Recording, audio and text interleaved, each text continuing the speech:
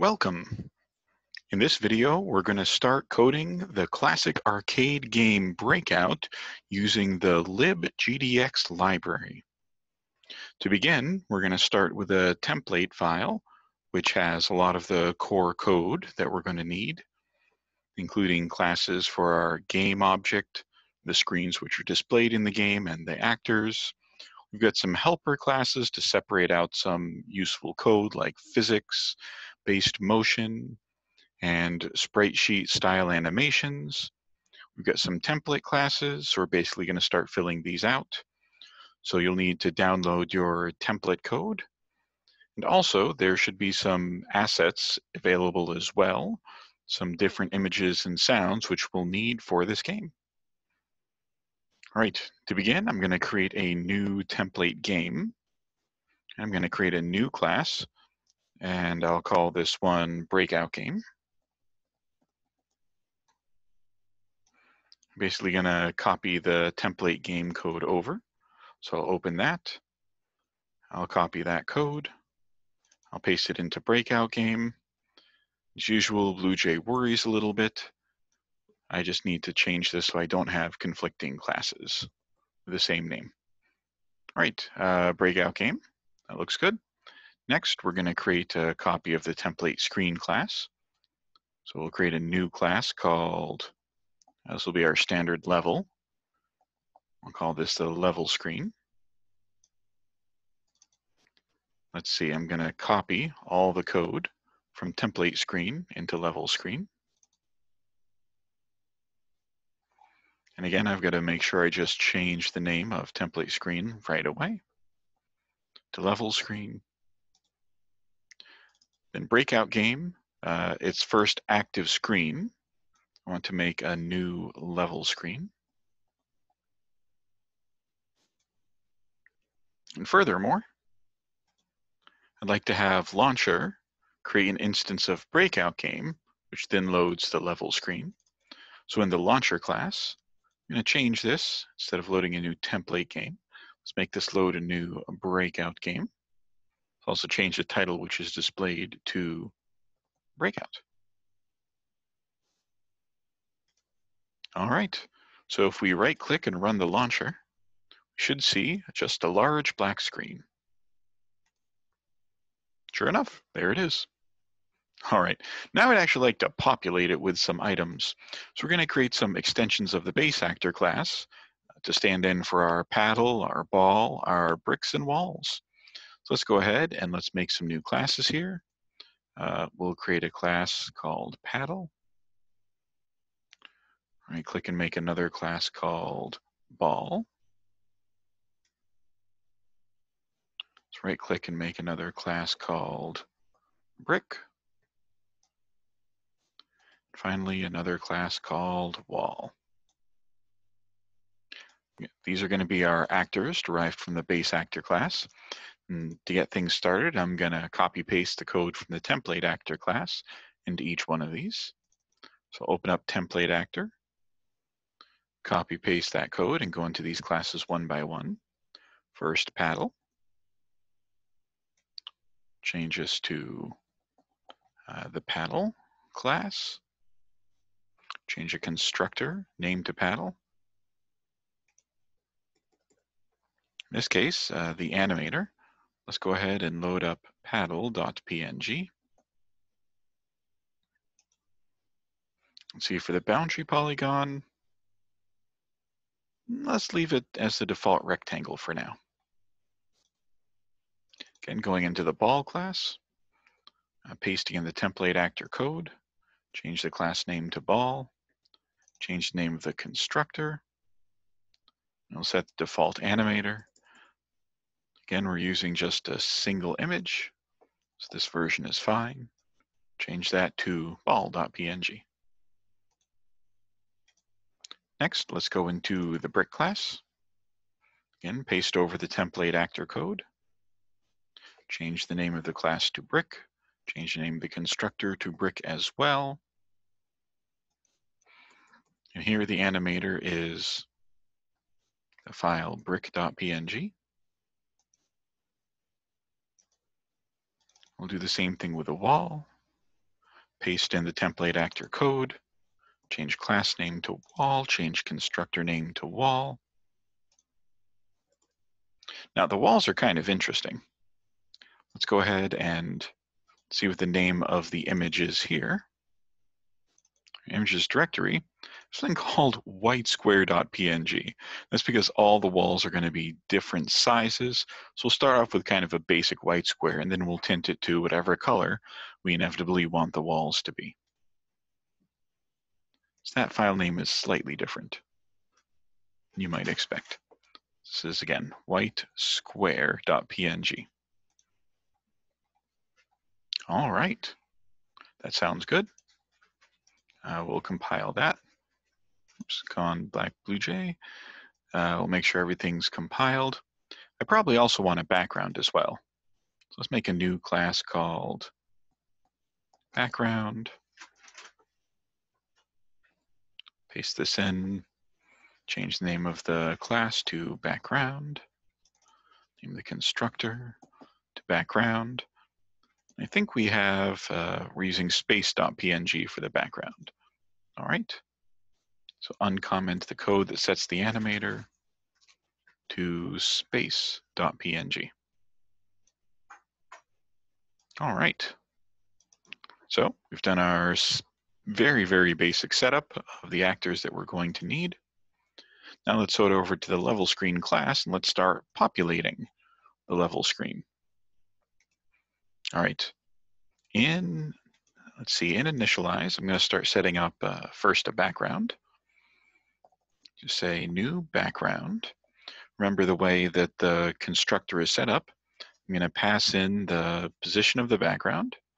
So I'd like this to be starting at the lower left corner, and we're adding that to the main stage, which is declared in the superclasses. Let's see. In addition, I'd like to have a paddle and a ball. The paddle, for ease of use, since there's only going to be one paddle, I'll create a paddle called paddle up here. I'll declare the paddle object. Then down here in initialize, let's say paddle is equal to a new paddle. Now let's start this, let's say somewhere in the middle of the screen. Let's say maybe 400 on the x-axis and just a little bit up from the bottom. So 50 on the y-axis, again on the main stage.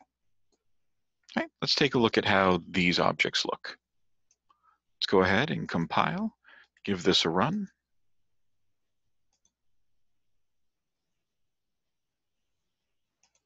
And we have, sure enough, we've got an outer space background and we've got our paddle down here. Excellent. Next, maybe let's make the paddle move.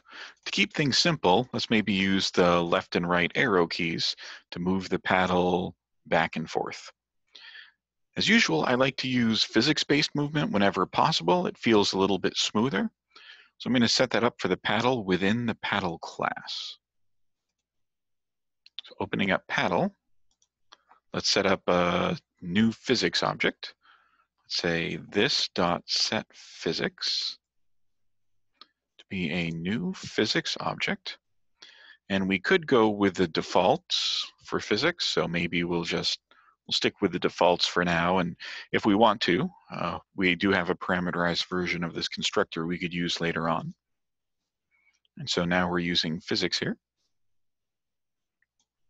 And that means in the level screen class, we're going to be able to use the accelerate at angle objects for the paddle.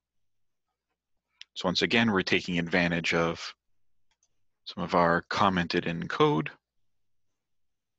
In this case, let's change in the update method, if key is pressed, keys.left.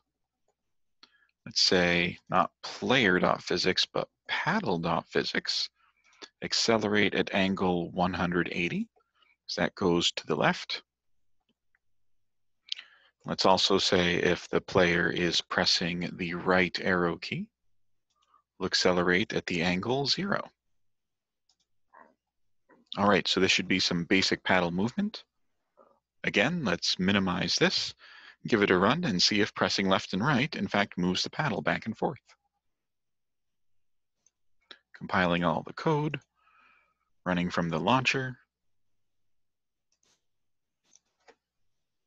Sure enough, left and right does in fact move the paddle. It's a little bit slow to change direction.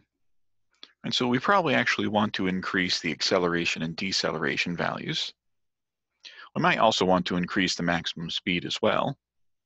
And we probably want to bound it to the screen so that can't happen. All right, so again, returning to the paddle class, we're going to change the physics. We're going to set a relatively high acceleration and deceleration so we can turn around quickly. Maybe 2000. Then for the maximum speed, maybe we'll up that to 800 and then 2000 again. Let's just do 2400. Seems like a nice number. In the act method of the paddle class, let's say this dot bound to screen. Remember, we have to put in the width and the height of the screen, which we know is 800, 600. And that should stop it from going off screen. Okay, let's go ahead and minimize this, recompile all the things, and run this method. Sure enough, you can't go off the side of the screen. That's good. You do seem to be able to turn around a little bit more quickly. Nice. Next, let's add some walls, I think. We're going to have a total of 3 walls that we create. And we're going to have to size and position these walls correctly. That'll involve just a little bit of math. So again, heading up to initialize, let's create maybe the first wall. Let's give these walls names. Let's say wall left. All right, so this will be a new wall. Since it's on the left, we're going to start at the bottom left corner, put it on the main stage. Now we also need to reset the size of this wall. Remember, it defaults to the size of that 1 pixel by 1 pixel. Let's see, maybe I'd like something which is, let's say maybe 40 pixels wide and the full 600 pixels tall. All right, let's go ahead and give this a run. If everything looks good, then we should see a large white wall on the left-hand side of our gameplay area. Let's go ahead and give this a run. Yep, sure enough, there's a white band right there. I'll probably change the color too to something more interesting. This level screen, maybe I'll say, I don't know, wall left, set color to color dot purple. Something slightly more interesting. Okay, next, we're going to create a few more walls. All right, let's do the wall on the right next. Wall right will equal a new wall. Let's see. This wall, before I finish that line of code, and I'm also going to say wall right dot set color. I'm going to set the colors in a loop later. That'll just be better coding. But let's go ahead and say wall right, set size to be 4600. And the reason I wanted to type this line of code first was to think about where we're going to position the bottom left corner of this wall. Right, it's 40 pixels wide. And so to get it to be aligned, the right edge of the right wall, to be aligned with the right edge of the screen, the x coordinate should be 40 less than the width of the screen, which is 800 pixels. That's why I'm going to type 760 here and put that on the main stage. And it occurs to me that really, instead of setting the colors of the walls one by one, what I'd really like to do is create a loop which will set all the colors of the walls all at once. Right, so let's say for each base actor wall in base actor, we're going to run the get list method, get everything from the main stage derived from the wall class. Say wall dot set color to be color dot purple. There we go. All right, so now we should have two nice purple walls on either side of the screen. Let's go ahead and minimize this, recompile, and run the launcher. Sure enough, there's our two purple walls on either side. Nice. Now I'd like a nice tall wall. Right? I'm going to put my GUI text, maybe the score, right across the top. So I'd really like a thick wall along the top edge. Heading back to level screen. Let's say wall, call this wall top, equals a new wall. Let's see, and before I set the coordinates, let's see how big I want this to be. Wall top dot set size. I want it to stretch all the way across, so the width is 800. And maybe I'll do something like, let's say 100 pixels wide. I might make that smaller later on. All right, so where do I need to position this? If it's 100 pixels tall, I want the bottom left corner, well, it's going to start at 0 because it's going to start on the left side. But then the height is actually going to be 700 because I'm 100 pixels away from the top of the screen, which is 600, which means really this should be 500. The main stage. Excellent. So I should have a large wall on the top of my screen. Let's go ahead and give this a try. Compile and run. Excellent. So we've got a nice wall along the top there. All right, let's see. Now I realize that bounding the paddle to the screen isn't quite good enough anymore. Now I really want to prevent the paddle from overlapping the walls. So I'm going to head back into the level screen class. In the update method, I'm going to take a look at all the walls. So I'm going to create a for loop that iterates over all of them. For each base actor, let's name it wall. And from the base actor class, we're running the static method called getList, getting everything from the main stage derived from the wall class. And we'll say paddle.prevent overlap with the wall. So if the paddle overlaps the wall, then it'll have its position readjusted so it no longer can. And now that line of code in the paddle class where we prevent the paddle leaving the screen by saying bound to screen, we no longer need that line of code because of what we just added here. All right, let's give this a test. Make sure the paddle can no longer overlap the walls. I'll try moving it to the left, to the right. There we go. The paddle is staying in the middle of the screen, right where it should be. Excellent. Next, I just want to set up a ball and some bricks. We'll do the ball first because it'll be a little bit easier. All right, so in the level screen class,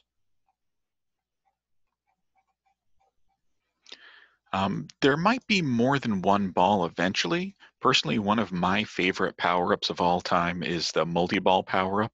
So keeping that in mind, I'm actually going to declare a ball down in the initialize method. Let's see, after we set up the walls, but maybe before we set up the paddle, let's say ball equals a new ball. And let's put this maybe right a little bit above the paddle. So let's say this is maybe at 80 on the main stage. Oh, and I'm not assigning this to a variable, just creating a new ball. Eventually, we're going to add some physics to the ball to get it to move in a certain direction, but for now, we just want it to be on the screen. Pretty sure this worked, but as always, I do like to test code every time we add a new line. So let's go ahead and see if there's a ball on the screen.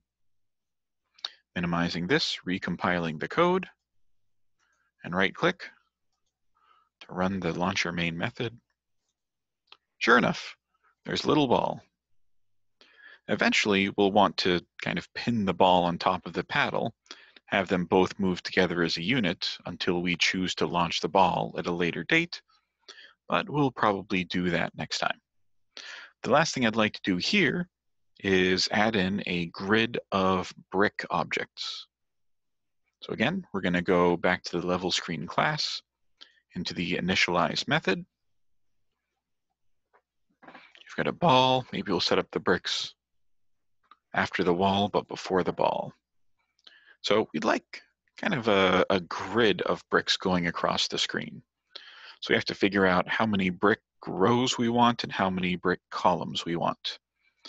For now, let me say maybe int brick rows, maybe I'd like 6. And int brick columns, maybe I'd like 8 columns of bricks. You might change those numbers later on, but we're storing them in variables to make the code easier to modify and easier to read. Let's see, so maybe we'll go across one row at a time. So let's say for int row number, starting at 0, going as long as row number is less than brick rows, row number plus plus. And within that, we'll have a nested for loop for int, say a column number, starting at 0. We'll keep going as long as column number is less than however many brick columns you want, column number plus plus. All right, so we're going to create a new brick here. So I'll call it brick equals a new brick. First, put it at 0, 0 on the main stage. But really, I need to change the position based on what row and column number we're currently on. Right? We have to figure out how far across we should move each brick. Right? We don't want all the bricks to spawn at the bottom left corner. So what we really need here is a way to calculate the x-coordinate of the brick and the y-coordinate of the brick, and then we'll set the position of this brick accordingly. So we'll say something like brick dot set position to whatever these x and y values are. So how are we going to decide the formulas for x and y? And this is kind of the tricky part here. We could say something like x equals for every, and so x is how far left and right we want to position the brick, and that corresponds to the column. And so we could say whatever column number we're at, right, the first column is all the way to the left, the second column should be, well, if we think about it, we want to move over by the width of a brick every time. So what if we say int x equals column number times brick dot get width? And this might not be an int, so I should probably convert that to an int. We'll do a quick cast there. Same thing with a y. We'll start at whatever the row number is. In this case, y corresponds to the height of each brick.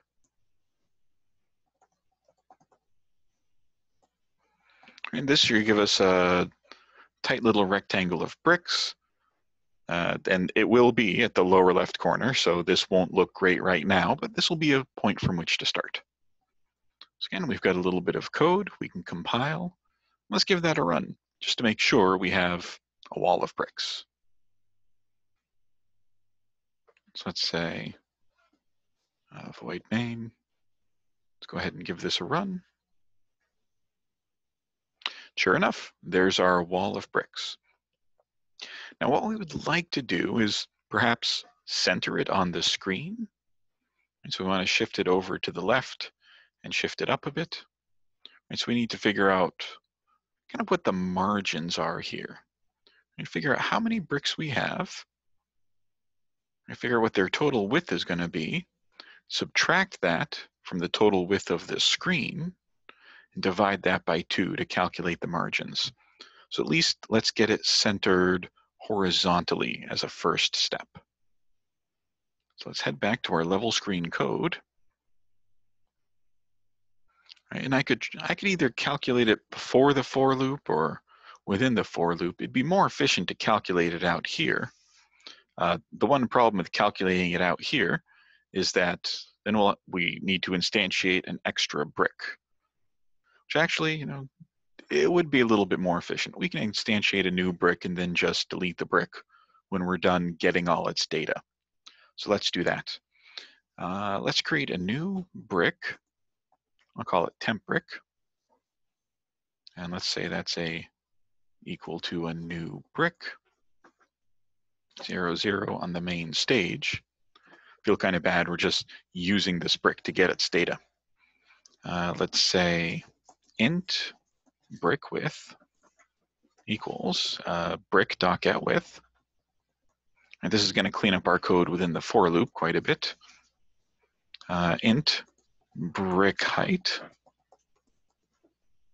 and casting to an int brick.getHeight.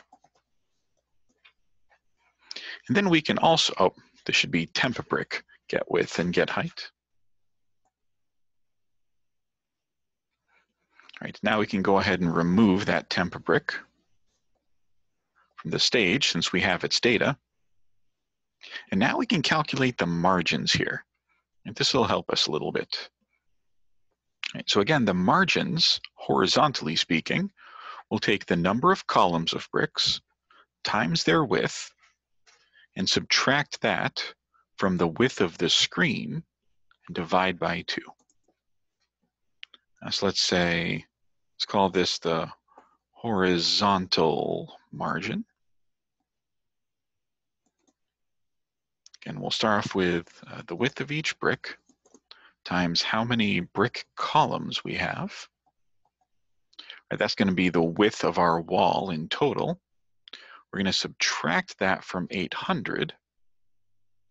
Right, and that'll tell us how much empty space we have left over horizontally. And then we'll divide it by 2 because we want half of that space on either side. And we'd like something similar for a vertical margin, perhaps.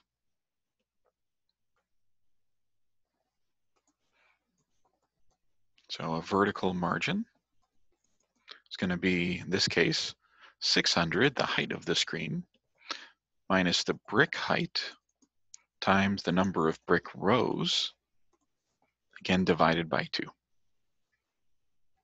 All right, let's see how we can use these new values to give us a more aesthetically pleasing arrangement of bricks. Down here, we've created a new brick. Right, so for the int x, we can replace this int brick get width with a slightly more readable brick width variable that we declared up top here. Now we also want to add in the horizontal margins.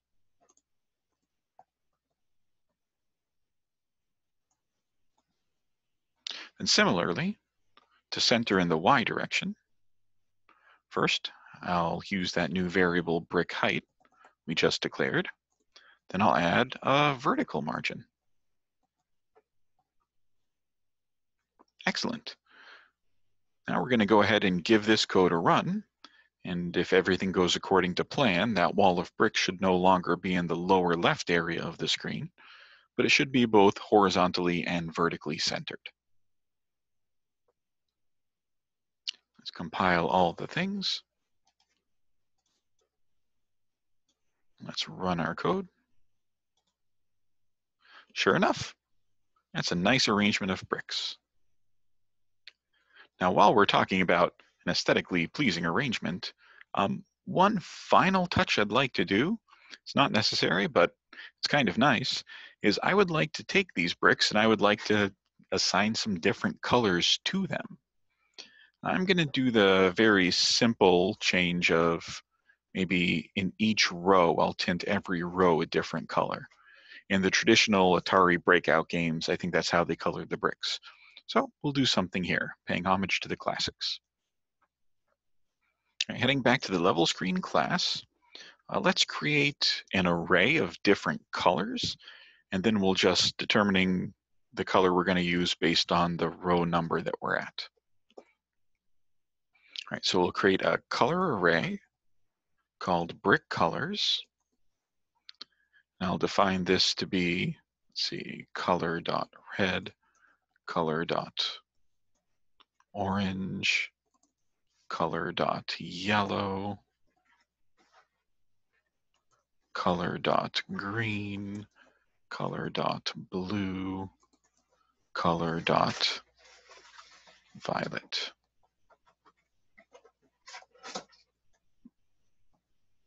All right, so I have an array of brick colors that we're going to use. Put in a little comment here. Assign colors to bricks based on row number. One very important thing, you might recall that I chose 6 for the number of brick rows.